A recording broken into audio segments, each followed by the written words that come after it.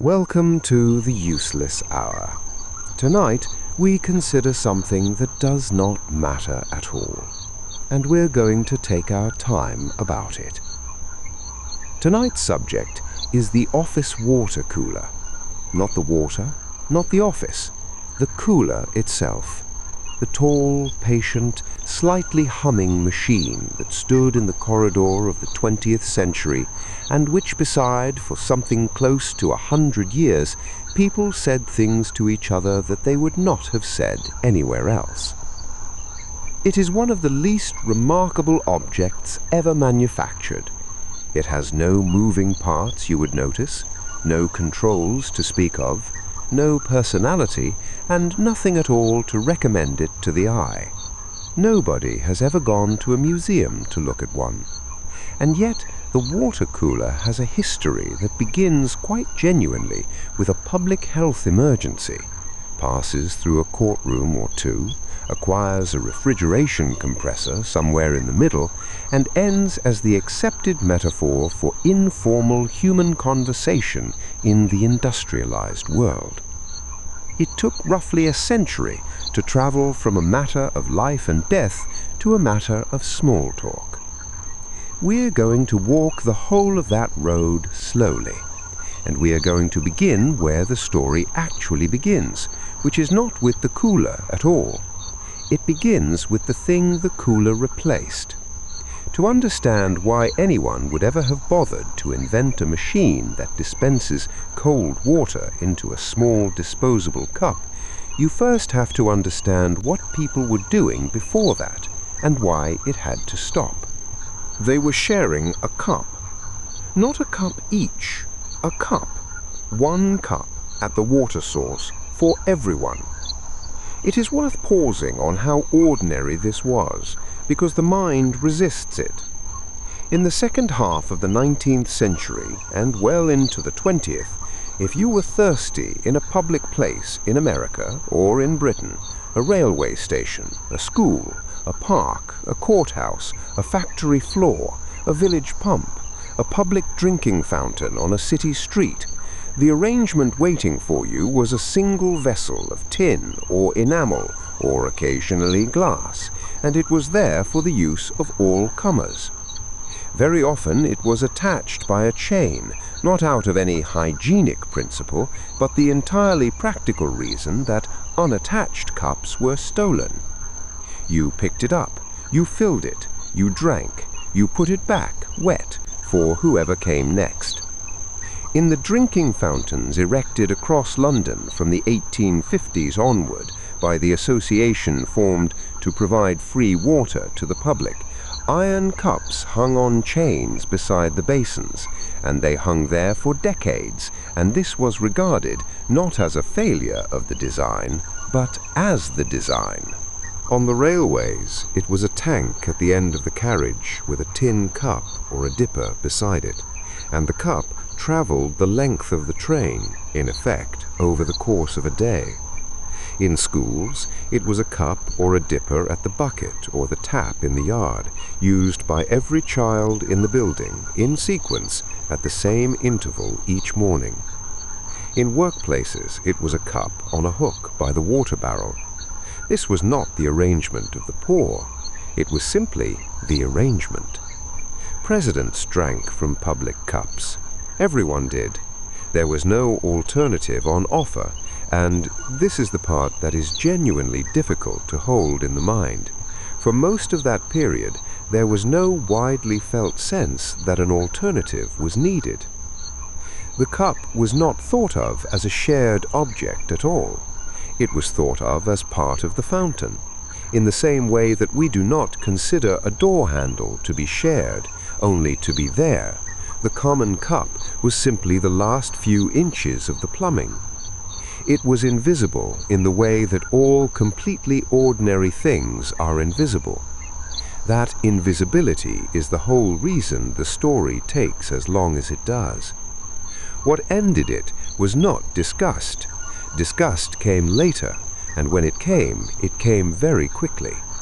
What ended it was a slow change in the understanding of what disease actually is.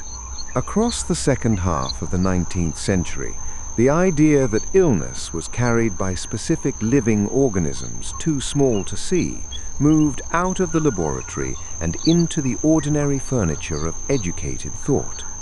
It moved slowly, and it moved unevenly. In London in 1854, John Snow traced an outbreak of cholera to a single water pump in Broad Street and demonstrated that the water itself was the carrier, at a time when the prevailing explanation for epidemic disease was bad air.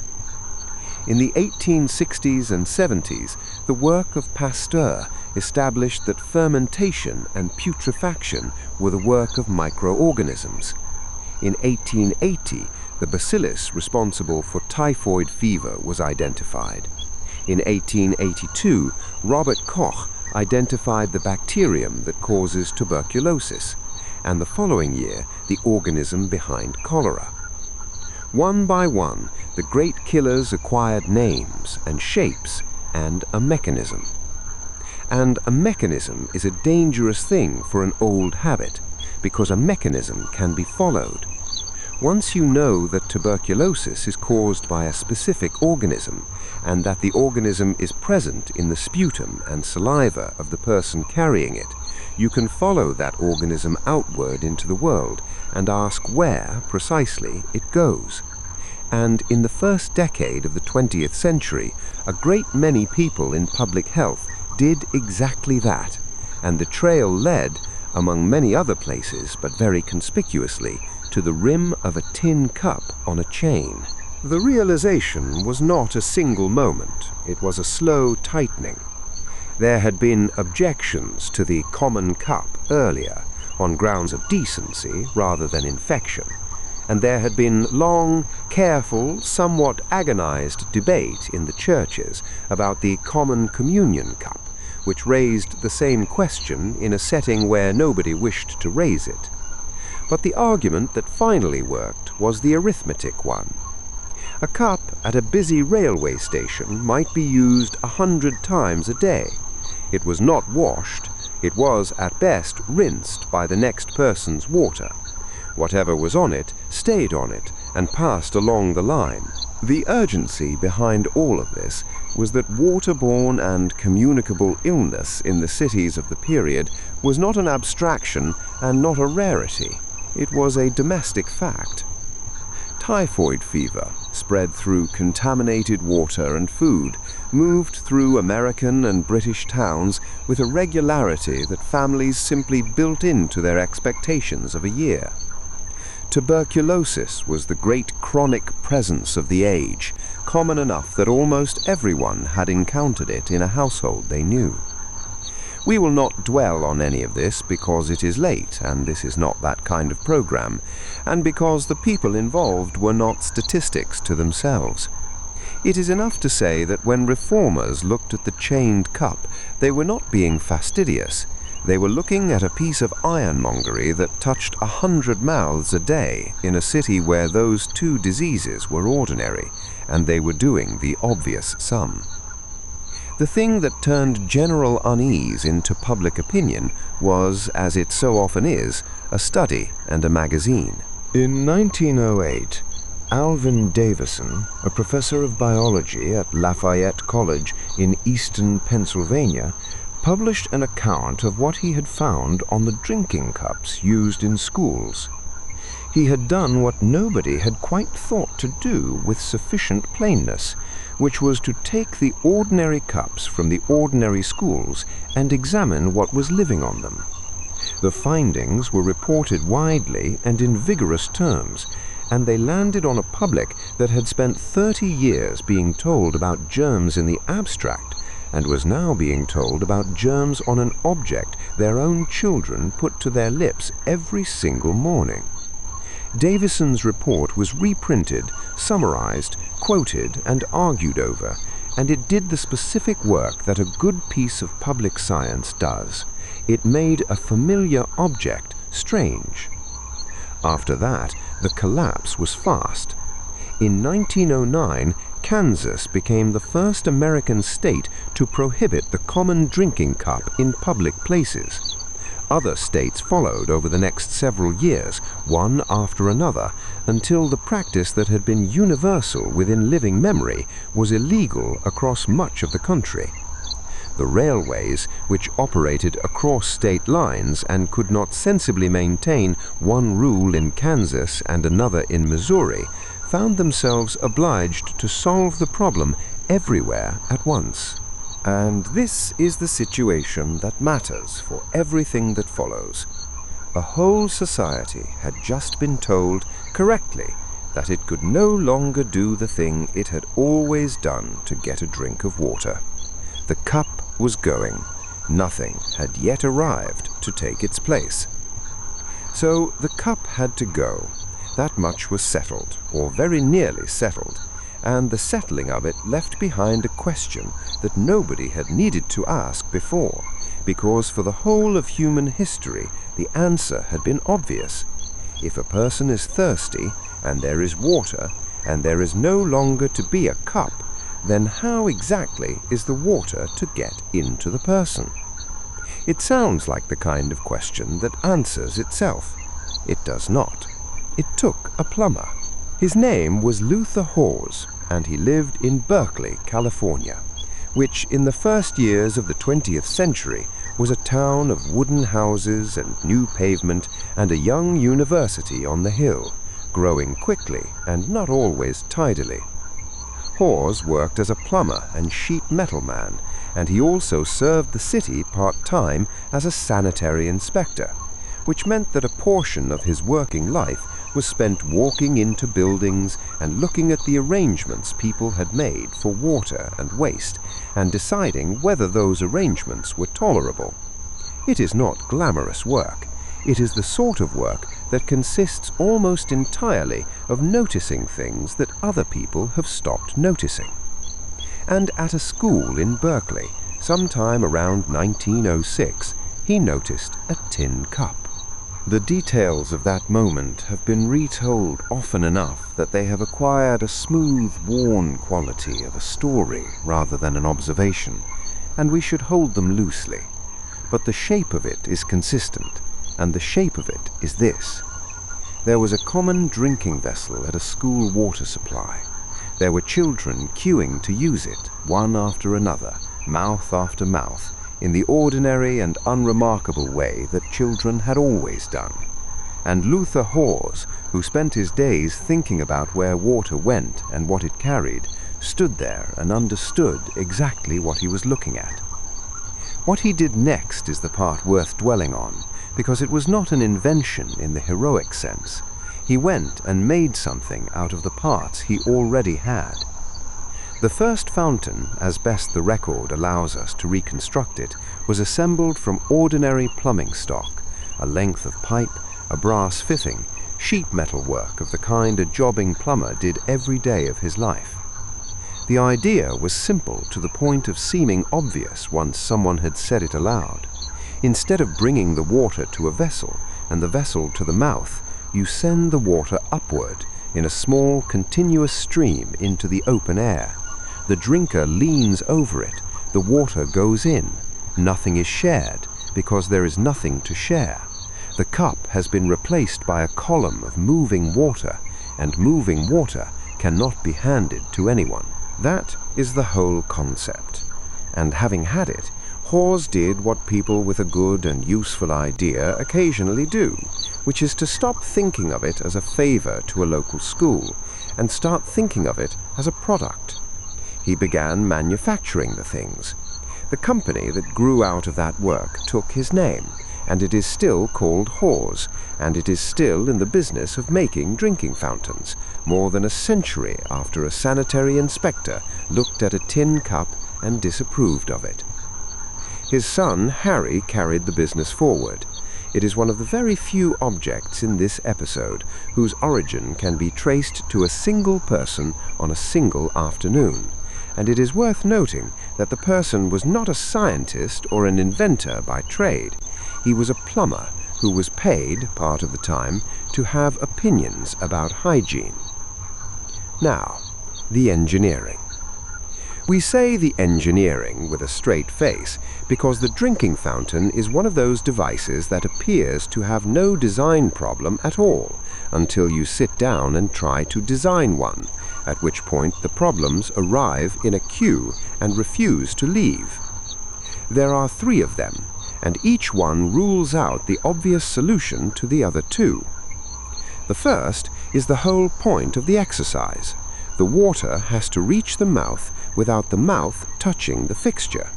If the drinker's lips make contact with the metal, the fountain has become a cup with better plumbing, and everything gained has been given straight back. The second problem is the one that catches people out, and it is the reason the early fountains were not the final fountains. Water that goes straight up must come straight down. A vertical jet rises, slows, stops, and falls back onto the very opening it came out of, and it does not come back alone. It comes back having been in the air where a mouth just was. The outlet, the one part of the whole device that must stay clean, sits directly underneath the small and constant rain of everything the previous drinker exhaled onto it. The device designed to stop contamination has been quietly collecting it in the one place it matters. The third problem is the least serious and the most immediately felt, which is that a person who is drinking should not be soaked while doing it. Pressure varies through the day. A stream tuned to reach a child's mouth at 8 in the morning may go somewhere quite different at 4 in the afternoon. And there is a certain kind of failure that no amount of public health argument will survive, and that failure is a wet shirt. The solution to all 3 arrived by degrees, and it is the shape you know without ever having thought about it. The nozzle was angled, so that the water leaves at a slant and travels in a low arc, rising and then falling away from where it started, landing in the basin instead of on the outlet. The angle also means the top of the arc, the part the drinker meets, sits clear of the metal. You drink from the water, not from the fixture. And in time a guard was added over the outlet, a small raised shield of metal, which does 2 things at once. It keeps lips off the orifice, and it keeps the orifice above the level of any water standing in the basin, so that a blocked drain cannot back up into the supply. Modern plumbing codes are quite firm on both points, and they are firm because someone, somewhere, worked out the consequences of the alternative. That is the whole design: an angled hole, a small metal hood, and an arc of water thrown sideways. Everything else is a bowl to catch it. There is one more thing to settle before we move on, and it is a matter of what to call the object, because a surprising number of people are quietly certain that everyone else is saying it wrong. Across most of the English-speaking world, it is a drinking fountain, or simply a water fountain. But in parts of the United States, most famously in Wisconsin, and particularly around Milwaukee, it is a bubbler. And in parts of Australia, it is a bubbler too. And in both places the word is used with complete ordinariness by people who are mildly startled to learn that it is regional at all. Pockets of New England use it as well. The distribution is well documented, the origin is not. There is a much repeated story crediting a Wisconsin manufacturer with the name, and it is repeated enough to sound settled, but the evidence for it does not really bear the weight. What we can say plainly is that the earliest fountains sent water up in a low bubbling mound rather than a clean arc, and that this is exactly what a bubbler looks like, and that in certain places the word simply stayed after the mound went away. So by around 1920 the problem is, in the narrow sense, solved. The cup is gone, the fountain works. It is sanitary, it is durable, it is manufactured at scale, and it can be bolted to a wall in a school or a factory or a courthouse and left there for 40 years. But look at what it is. Look at where it has to be. A drinking fountain is not really an object. It is the visible end of a water main. It has to be fixed to a wall, and the wall has to have a pipe in it, and the pipe has to run back through the building to a supply, and there has to be a drain beneath it going the other way. Every fountain is the terminal point of a great deal of infrastructure that somebody else paid for years earlier, before anyone knew it would be wanted for this. Which means the fountain can only exist where the plumbing already went. It cannot be carried. It cannot be put in the middle of a room. It cannot be placed where the people happen to be, only where the pipes happen to run. And the pipes were laid for lavatories and boilers and kitchens, not for thirst. There is a gap there. There is a whole class of building and a whole class of room that has people in it and no pipe anywhere near it. Something is going to have to fill that gap, and it will not be fixed to anything at all. There is a second name that belongs in this story, and it belongs to a man in Ohio. Halsey William Taylor was born in the 1870s in the flat industrial middle of the country, in the part of Ohio where the towns are named after other towns and the rivers are named after the people who were there first.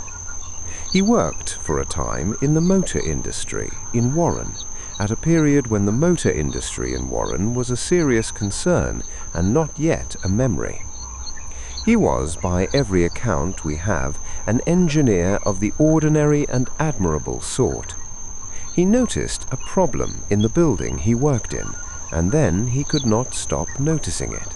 The account that has come down to us, and it is worth being careful here because of where it comes from, is that Halsey Taylor's father died of typhoid fever, contracted from a contaminated water supply, and that this loss is what turned his attention to the question of how a person should be safely given a drink of water. That is the story the company he founded has told about itself for something close to a century.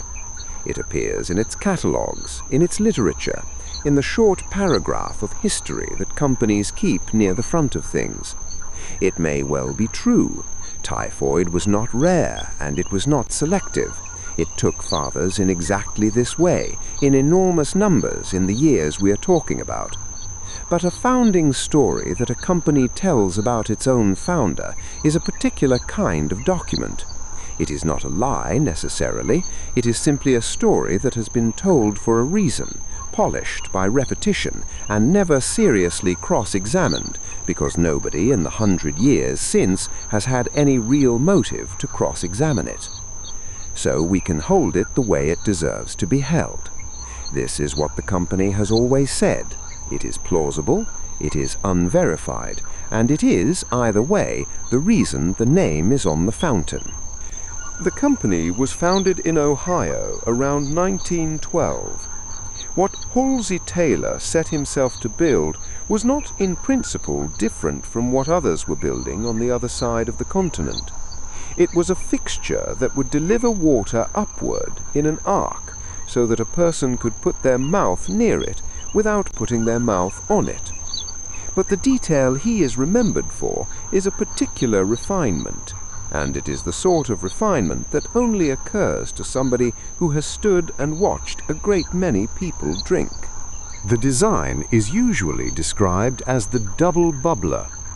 Instead of one stream of water rising from a single opening, there were two, angled slightly toward one another so that they met a little way above the fixture and converged into a single crest. There were reasons given for this, and they are the reasons of a practical man. Two streams meeting produce a fuller, rounder mound of water than one stream alone, which means the drinker gets more water per second and spends less time bent over the basin. The convergence makes the water easier to find with the mouth, which matters more than you would think for a child, or for somebody in a hurry, or for anybody in the poor light of a factory corridor. And the meeting point of the two streams sits proud of the fixture itself, out in clean air, at a slight distance from any surface that a previous mouth might have touched. The hygiene was, in a sense, geometric. You were drinking from a shape rather than from an object. You do not need to remember any of this. There will be no test. But consider how much engineering thought was being spent in the second decade of the 20th century on the question of a mouthful of water. Angles of projection, rates of flow, the behavior of a stream under varying mains pressure, which is not constant and which drops without warning when somebody 3 floors down opens a tap. The problem of the drinker who is too tall, and the problem of the drinker who is too short, and the problem of the drinker who is neither, but is holding a stack of papers. Men in Ohio and men in California working separately, filing patents, refining nozzles, watching water fall back into a bowl and thinking about the splash. This was a real field. People spent careers in it. And around these men, in the first 3 decades of the century, an industry assembled itself. Not a large industry by the standards of steel or motor cars, but a genuine one with catalogues and traveling salesmen and competing claims. Fountains were made in cast iron and in vitreous china, later in stainless steel and in enameled pressed metal. There were pedestal models for corridors, wall-hung models for where floor space was short, and heavy outdoor models for parks and schoolyards built to survive weather and children. There were models with foot pedals so that no hand need touch anything at all. Catalogue pages listed them by capacity and by fitting in the flat descriptive language of the trade, alongside sinks and urinals and janitors' basins, because that is what a drinking fountain was to the people who sold it, a fixture, a thing that goes into a building. But an industry does not grow because a device is good. It grows because somebody is obliged to buy it, and that is the part of the story that actually matters. Through the 1910s and 1920s, state after state wrote sanitary provisions into law. Health boards issued regulations on the water supplied in public places. Factory acts and labor codes obliged employers to provide their workers with clean drinking water, and inspectors arrived to confirm that they had. School boards adopted standards for their buildings, and standards for schools tend to be the strictest standards a society writes, because the people affected are somebody's children. Railway companies carrying passengers across state lines found the question settled for them by federal regulation, and by the 1920s, national bodies in the United States were producing model plumbing requirements, recommended minimums that cities could adopt into their own building codes, and many did. That is the transformation. Providing clean drinking water stopped being a kindness that a good employer or a well-run school might extend, and became a line in a code that a building had to satisfy before it could open its doors. Goodwill produces a trickle of orders. Obligation produces a market. Once the fountain appears in the specification, it appears in the architect's drawing. And once it appears in the drawing, it appears in the bill of quantities. And once it appears there, it is simply bought by somebody who has never thought about typhoid in his life and never will. So the sanitary drinking fountain became standard.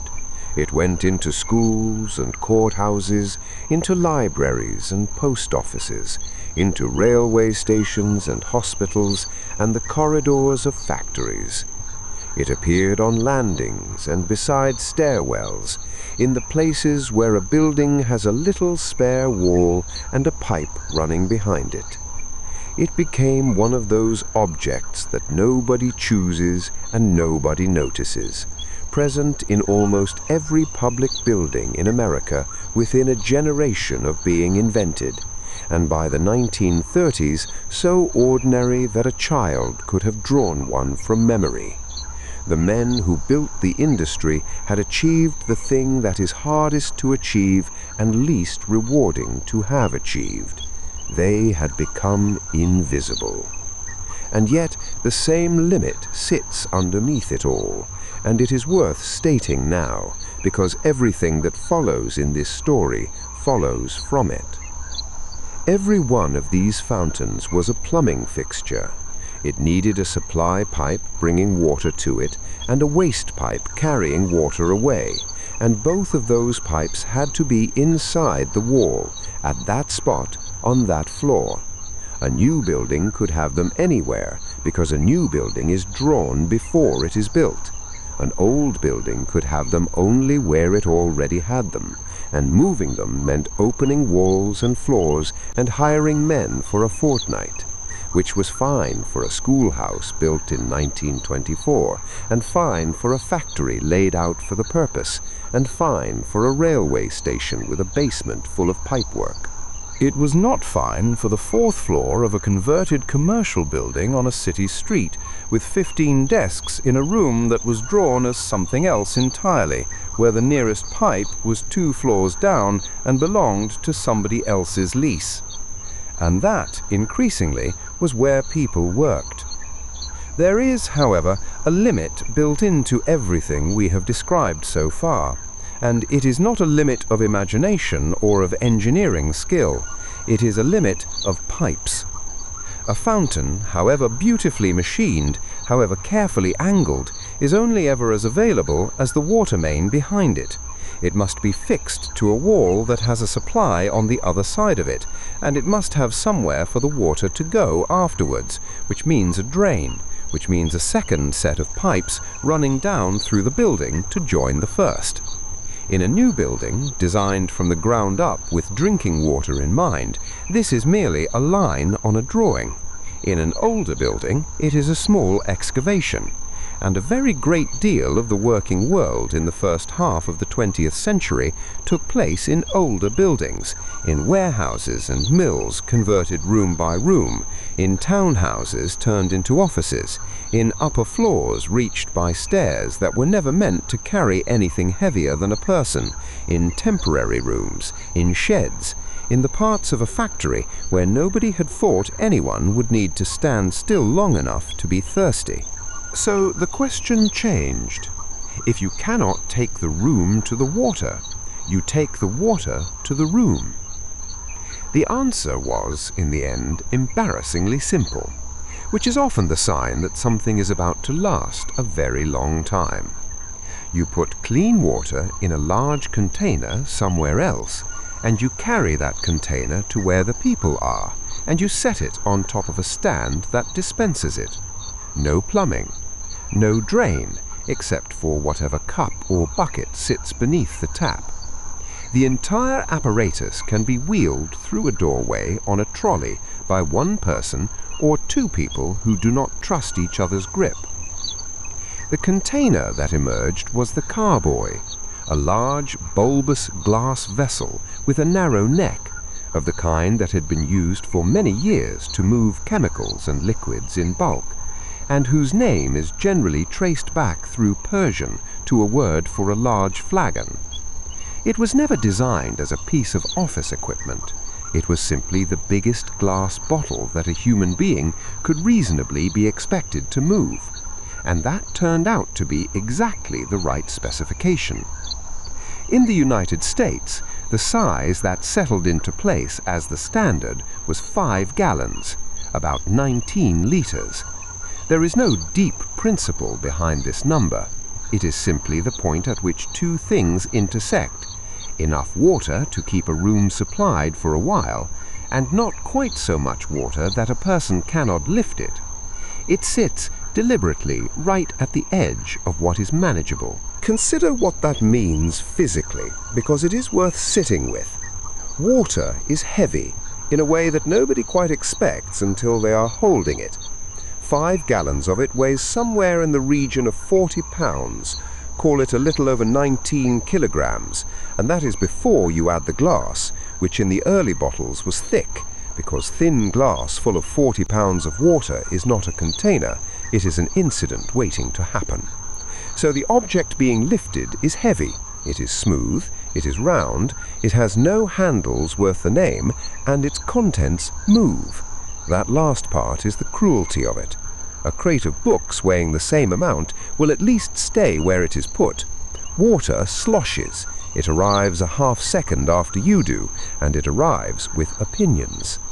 And the lift is not a simple lift. The bottle must be raised to roughly chest height, hugged, and then turned completely upside down and lowered into a socket on top of the cooler, neck first, in one committed movement.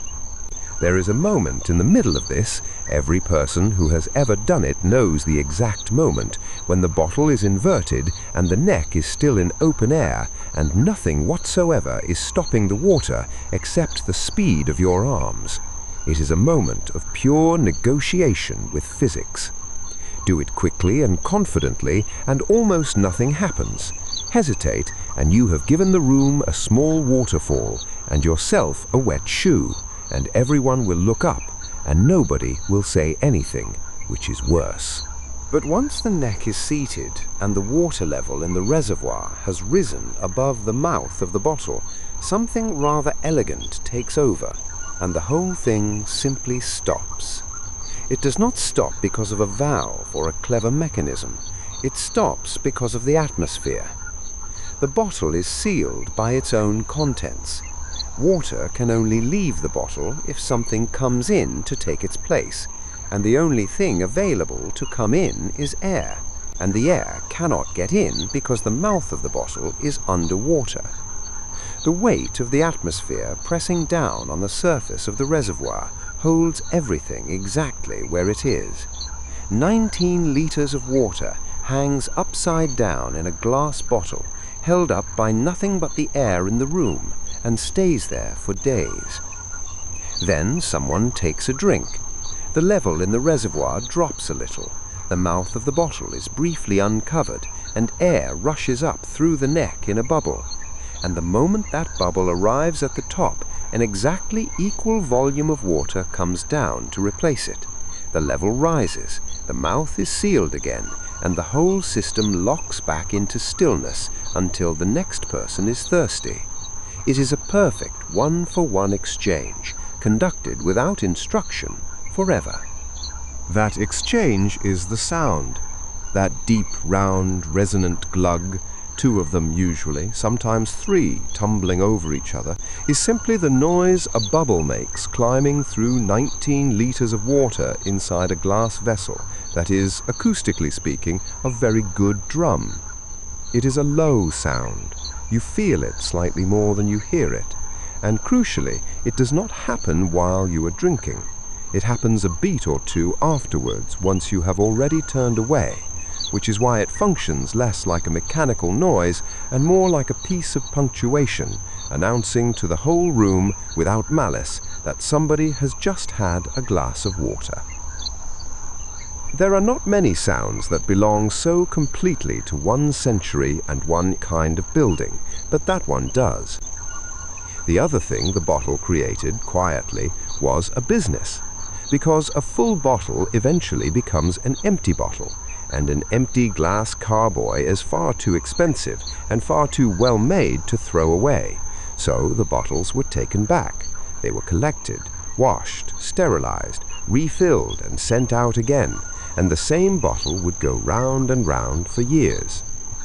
What grew up around this was a delivery trade organized on routes, a driver, a truck full of bottles standing upright in wooden racks, a regular round of offices and workshops, and eventually private houses, full ones carried in, empties carried out, a note made, a deposit held against the glass. If that sounds familiar, it should. It is, in almost every structural detail, the milk round. The same returnable containers, the same fixed routes, the same rhythm of exchange, the same relationship between a household or an office and a person who appears on a predictable day carrying something heavy. And it is worth saying plainly that this trade, water in bottles delivered to your place of work by a company you paid, was running for decades before anyone thought of selling water in a small plastic bottle to a person walking down a street. The bottled water business did not begin in the supermarket. It began on a hand truck in a corridor with a man in a uniform saying, "Excuse me." Later, in the second half of the century, the glass gave way. Polycarbonate and similar plastics arrived, and the bottles became clear, lighter, and far less inclined to shatter into a lobby floor, and everyone involved in carrying them was quietly grateful. Something was lost in the trade, as there always is. The plastic bottle flexes in your arms rather than resisting, and it wheezes and pops as it empties instead of ringing. The sound became thinner. The ritual, though, survived entirely intact. The hug, the lift, the fast committed inversion, the held breath, the seating of the neck, and then the silence, and then, a few seconds later, from somewhere down in the water, the glug. There is a word in the middle of the object that we have been walking past without stopping, and it is the word cooler. Not fountain, not dispenser, not bottle. Cooler. The name of the machine is not a description of what it delivers, but of what it does to what it delivers. And that is worth pausing over, because it tells us that at some point somebody decided the water being safe was no longer the whole of the ambition. The water also had to be cold. And cold, it turns out, was a completely separate engineering problem from clean. Delivering water is a matter of plumbing, or in the bottled case, of gravity and air pressure and a well-shaped neck. Making water cold is a matter of moving heat out of it, and heat is stubborn. It does not want to leave. It has to be carried away, and something has to do the carrying. And for most of human history, the only thing available to do that job was ice. So the earliest coolers were, in the most literal sense, iceboxes with a tap. The bottle, or a reservoir behind the bottle, sat inside an insulated compartment packed with ice, and the water gave up its warmth to the ice, and the ice slowly gave up its solidity in return, and became water itself, and drained away. That is the entire mechanism. There is nothing clever in it. It is the same principle as a butter dish in a cold larder, scaled up and fitted with a spigot. Which meant that the cooler, in its first decades, was not really an appliance at all. It was a piece of furniture with an appetite. Somebody had to bring ice to it. Somebody had to open it and put the ice in and check it, and put more in when the first lot had gone. And somebody had to deal with the meltwater that collected underneath, because a cooler that is doing its job is also, quietly and continuously, producing a small puddle. In a building with several floors, this was a recurring errand. In a hot summer, it was a losing battle. The ice arrived cold in the morning and was tepid by the middle of the afternoon. We should sit with that for a moment, because everything that follows depends on it. A machine that requires a person to keep feeding it is a machine that belongs to someone. It appears on a schedule. It has an attendant. It is, in the language of the building, serviced. What changed that was not a discovery about water. It was a broader shift in what refrigeration was and where it could live. Through the 1920s and into the 1930s, mechanical refrigeration came down out of the industrial world and into ordinary rooms. This had been coming for a long time. The physics of compressing a gas, letting it expand, and harvesting the chill was well understood in the 19th century, and large refrigerating plants were already doing serious work in breweries, meat packing, cold storage, and ice manufacture. What was new was the shrinking. Electric motors got smaller and cheaper. Compressors got smaller. Sealed units arrived, in which the motor and the compressor lived together inside one casing, so that the whole refrigerating apparatus became a component rather than an installation. and around the end of the 1920s, a new family of refrigerants came into use that were far less alarming to have in a domestic kitchen than the ammonia and sulfur dioxide that had gone before. The result across those 2 decades was that the refrigerator stopped being a curiosity and became a thing that a household might simply own. The electric refrigerator moved from novelty to expectation within roughly a generation, and the ice trade that had supplied the older wooden ice boxes began its long decline, having been, for a while, one of the more improbable industries in the world. Now apply that to our water cooler. If a compressor can be small enough and quiet enough and safe enough to sit in a domestic kitchen, it can sit inside a cabinet in a corridor. And the moment it does, everything about the machine changes. There is no ice compartment, there is no ice delivery, no attendant, no schedule, no puddle, and no gradual defeat by mid-afternoon. There is a coil and a small compressor and a cord, and the cord goes into the wall, and the machine simply makes the water cold, continuously, indifferently, without anyone thinking about it. That is the transition. The cooler stopped being furniture that required service and became an appliance that required a socket. And an appliance that requires only a socket can go anywhere there is a socket, which in a modern building is very nearly everywhere. So through the middle decades of the 20th century, the electrically cooled water cooler quietly became standard office equipment. Not remarkable equipment, standard.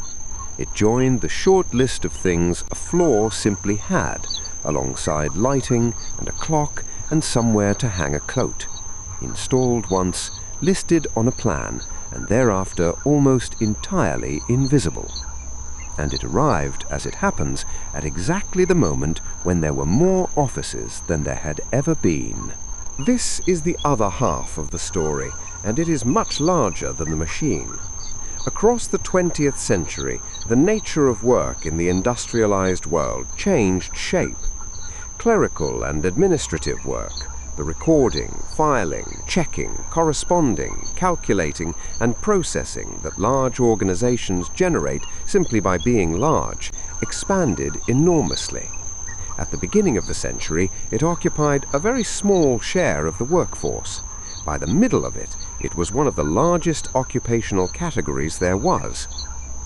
That work needed somewhere to happen, so buildings were built for it, and filled floor after floor with people doing seated work at desks, rows of desks, banks of desks, whole stories given over to people who spent the day sitting down and moving nothing heavier than paper. Steel frames let the buildings go up, lifts let people reach the top of them, electric light let the middle of a deep floor be usable at all. Later, air conditioning let all of it happen in July. And in these buildings, almost everything belonged to someone. Consider it honestly. The desk was yours, or it was assigned to you. The chair came with the desk. The typewriter was allocated. The filing cabinet belonged to a section. The telephone to a person or a room. The office at the end to a name on a door. Even the space between the desks was understood to belong to the department that occupied it. A building of this kind is a map of ownership, and everyone in it knows their coordinates. The water cooler was one of the very few things in the entire structure that was not on that map. It was not assigned to anybody. It belonged to no department. It could not be booked, and it did not have a keeper, and nobody's name was on it. It stood in a corridor or a lobby, or the corner where 2 working areas met, which is to say, in the parts of the building that belonged to everyone, and therefore to no one in particular. And crucially, it did not come to you, you went to it. There was no way to use the water cooler from your chair. You had to stand up, push the chair back, cross a stretch of floor that was not your floor and stand at a machine in a part of the building where your presence required no explanation, because the machine wants the explanation. Then, having arrived, you had to wait. This is the last piece, and it is the smallest and the most important. The cooler was not fast. You took a cup, you held it under the tap and pressed, and the water came at the speed the water came, a thin stream into a small paper cone, accompanied in the bottled machines by that slow rise of air up through the neck. It took a few seconds, not many, but not none, and if somebody was already standing there, filling their own cup, then your few seconds became their few seconds plus your own, and the only available thing to do with that interval was to stand near another person and wait. Nobody designed that.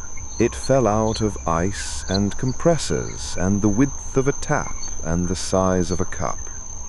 But look carefully at what the machine had built, purely as a byproduct of doing its job. In a building organized almost entirely around assigned places and observed work, there was now a fixed location, present on every floor, owned by no one, that required you to leave your desk, that took a small but non-zero amount of time to use, and that nobody could reasonably object to you visiting.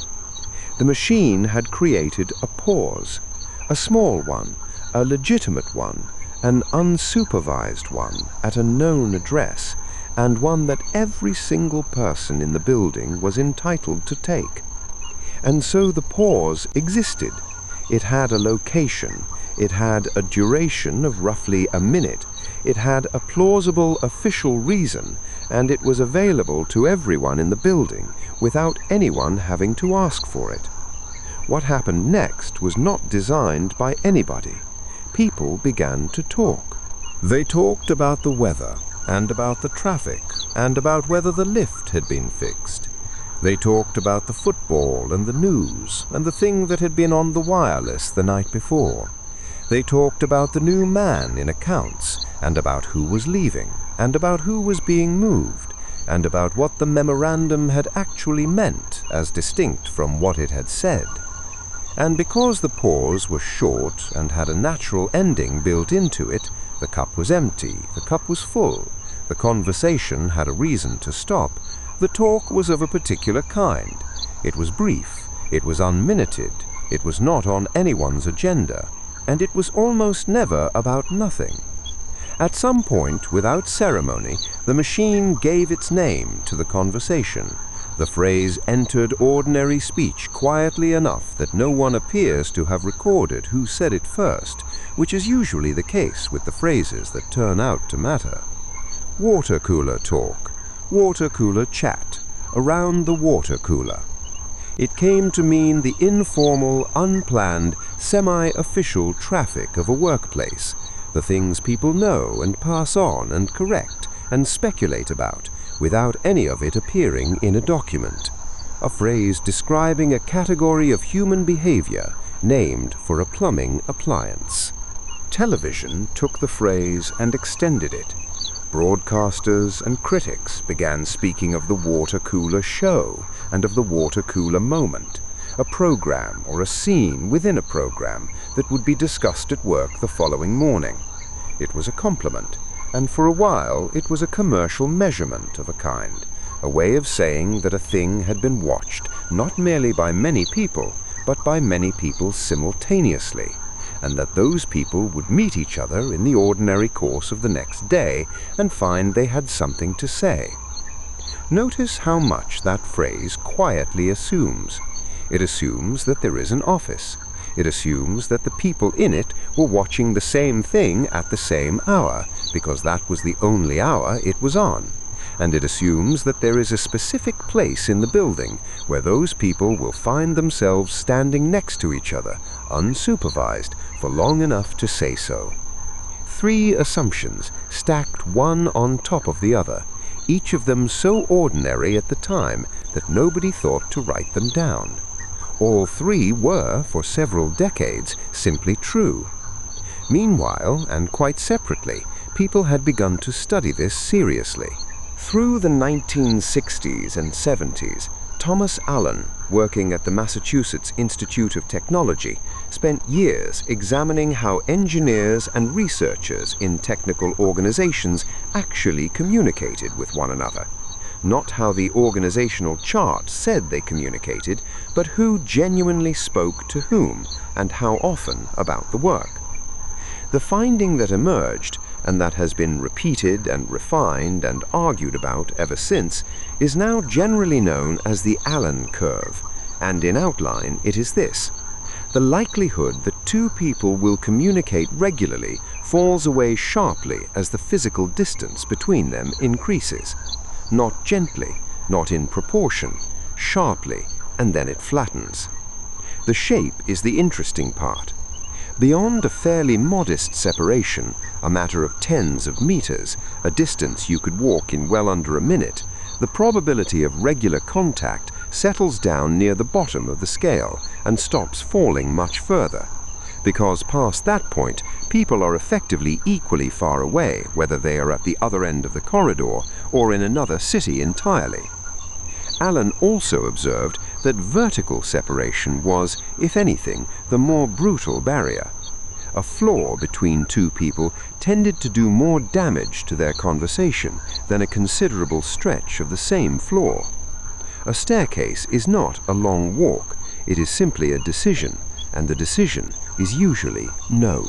We should be careful here because the Allen curve has been quoted in a great many slide presentations by people who had not read it, and the exact numbers vary with the study, the building, and the decade. But the general finding is robust and rather humbling. Proximity is not a minor factor in whether colleagues speak to one another. In the settings Allen examined, it was among the dominant ones. Around the same period, and from an entirely different direction, sociology arrived at a complementary result.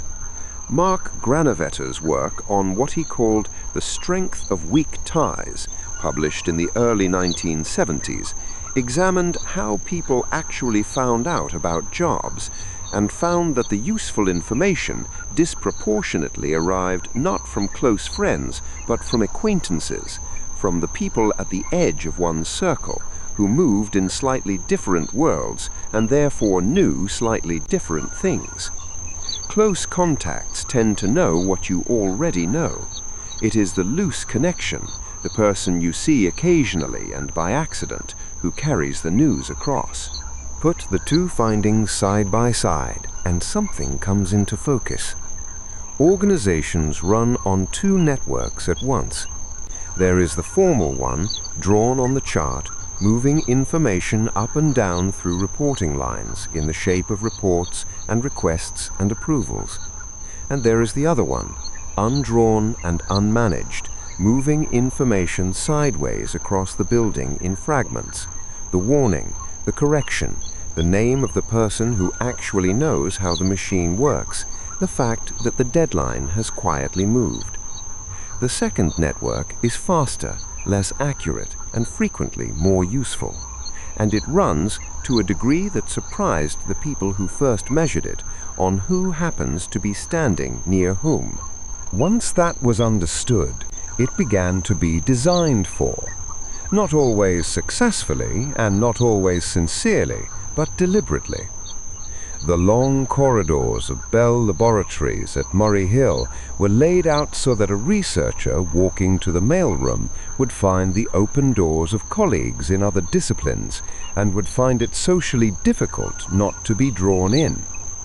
Building 20 at MIT, a temporary plywood structure thrown up during the Second World War and kept for half a century afterwards, became famous for the accidental adjacencies it forced upon people who had no professional reason to meet, and for the quantity of important work that came out of it.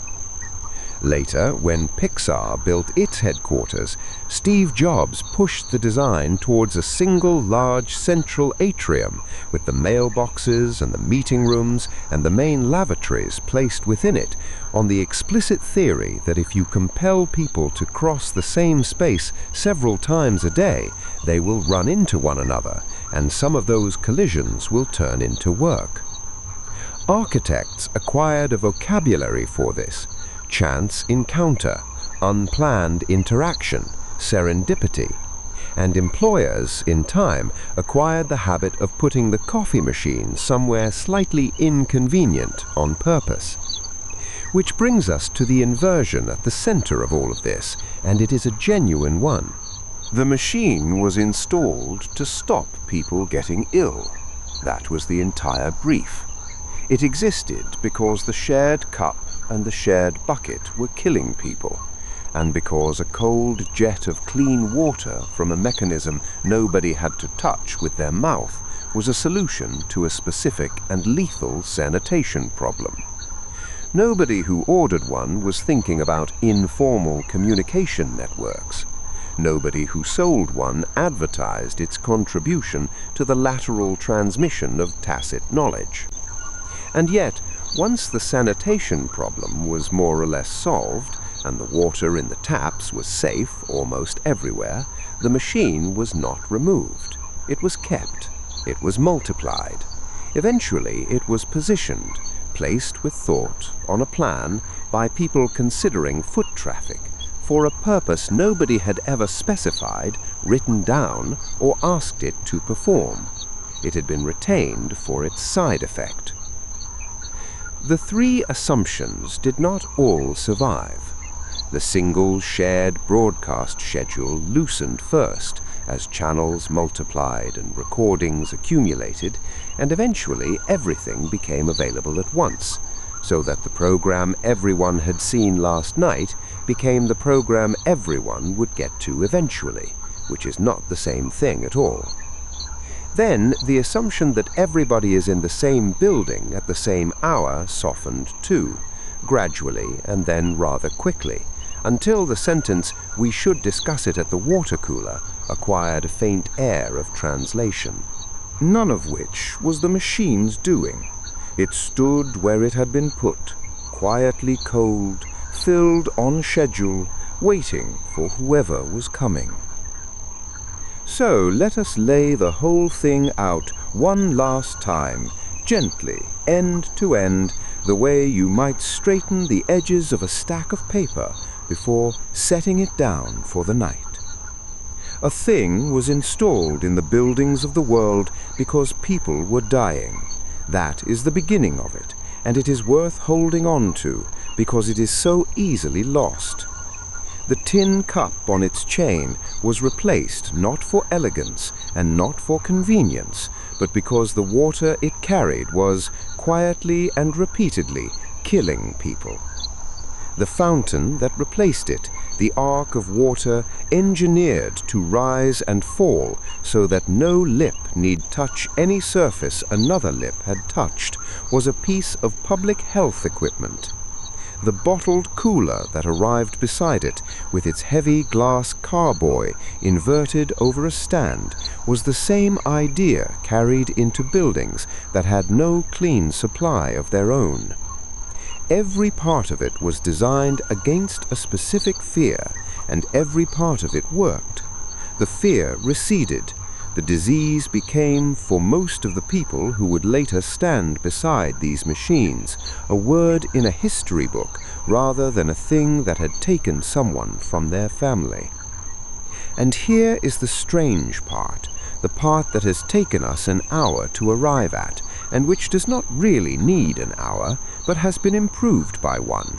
The machine was not removed. It stayed. It stayed long after the emergency that justified it had passed, long after the buildings around it had clean water in every tap and every kitchenette and every bathroom, long after nobody in the building could have told you why the thing was there in the first place. It stayed, because by then it had acquired a second job, one nobody had specified, one no architect had drawn and no committee had approved and no manual had described. It had become the place where people talked. Consider how completely that inverts the original intention. It was installed to stop people sharing a cup. It became the one place in the building where people were licensed to share nearly everything else. The news, the complaint, the rumor, the thing that happened at the weekend, the half-formed idea that turned out to matter, the question that would have been too small to justify an email and too large to leave unasked. A device engineered to prevent one kind of contact turned out to manufacture another kind, in quantity, for a century, entirely by accident. Nobody planned that. That is the detail worth carrying away, if anything is. There was no memorandum. Nobody sat down and decided that the correct distance between two desks was the length of a walk to the water, or that the correct duration of an unplanned conversation was however long it takes a paper cup to fill. The machine simply sat where it sat, belonging to no one, requiring anyone who wanted water to stand up and walk and wait and stand next to whoever else was waiting. And out of those small enforced pauses came a very large amount of the ordinary business of working life. The building did not know it was doing this. The people did not know they were doing it. It worked anyway. There is a whole chain of people behind it, none of whom were aiming at that result. The doctors and the campaigners who wanted the shared cup gone were aiming at typhoid. The engineers who bent the water into an arc were aiming at a specification. The men who built the coolers and drove the delivery rounds and swung those enormous glass bottles up onto their stands were aiming, quite reasonably, at a living. The regulators who made clean drinking water an obligation were aiming at a floor beneath which no workplace could fall. Not one of them was aiming at conversation. And yet the sum of all that careful, unromantic, entirely practical work was a small territory in every building where two people who had no particular reason to speak to each other could stand for 90 seconds and find one. Later, of course, people noticed. The phrase arrived, and the television executives borrowed it, and the researchers measured how quickly people stop talking to one another as the distance between their desks increases, and the architects began drawing buildings that tried to produce these encounters deliberately. But all of that came afterwards. It was description, not invention. The thing had already been happening for decades in the corner, unobserved, unbudgeted, and quietly essential, next to a machine that was only ever asked to be cold. We have now spent the better part of an hour standing beside it, which is either the least appropriate possible response to a plumbing fixture, or the most appropriate one, and we are not going to settle which. It seems fitting, somehow, to have lingered. That was always what the thing was for. Picture it now, at the end of the day, in a building that has emptied out.